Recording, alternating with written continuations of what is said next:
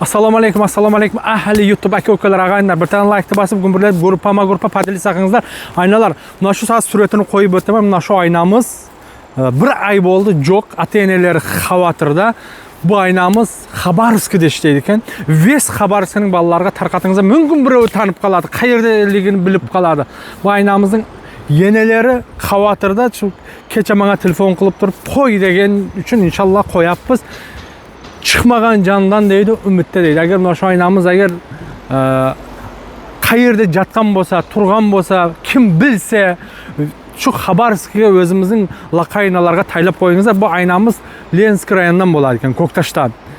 Xo'p, shu Ko'ktashdan bo'ladi ekan, shu nima deydi, hali mashin bozorining oldidan ekan, короче, aynalar.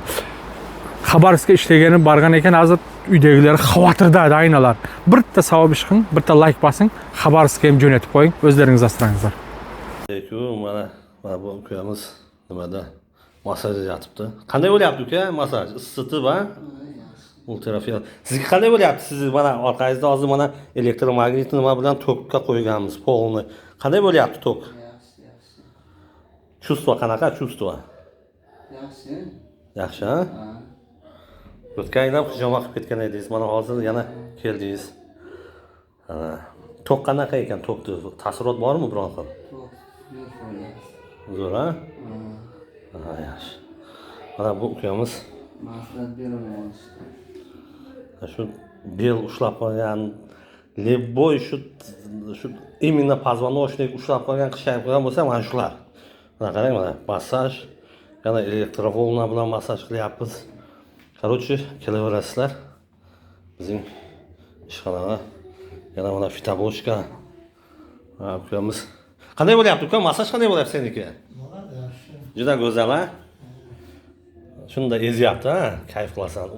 Ultrafioletda. Mana ukamiz, bu ukamiz bo'lsa nima qilyapti? O, doktor aka, doktor. Mana doktor keldi, zubnoy vrach. Kelaverasizlar. Ha.